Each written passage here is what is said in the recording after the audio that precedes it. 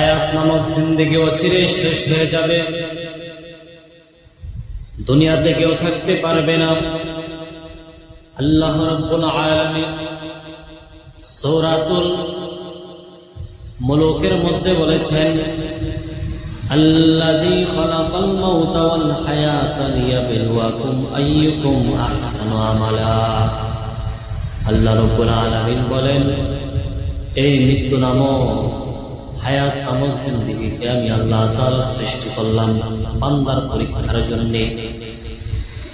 বান্দাকে পরীক্ষা করার জন্য মৃত্যু নামক হায়াত নামক জিন্দেগিকে সৃষ্টি করেছি, পাঠিয়েছি। বান্দাকে পরীক্ষা করব, বান্দা কতটুকু নেক আমল কাজ করে, কতটুকু বদ আমল কাজ করে। তার জন্যই আমি মৃত্যু নামক একটা বস্তু বানিয়েছি।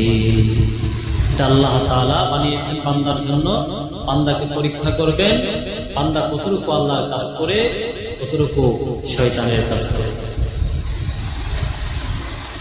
আমরা যদি জান্নাতের আশা করতে চাই, সবাই যদি জান্নাতে যাইতে চাই, তাহলে মনে রাখবেন একমাত্র শুধুমাত্র কেবলমাত্র আল্লাহ তাআলার হুকুম পালন করতে হবে, আল্লাহ তাআলাকে চিনতে হবে, আল্লাহ তাআলাকে মানতে হবে।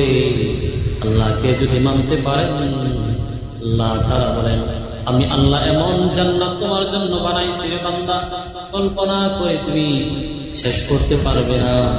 এবার একটা সুন্দর জান্নাত মাত্র তোমার জন্যই বানাইছি।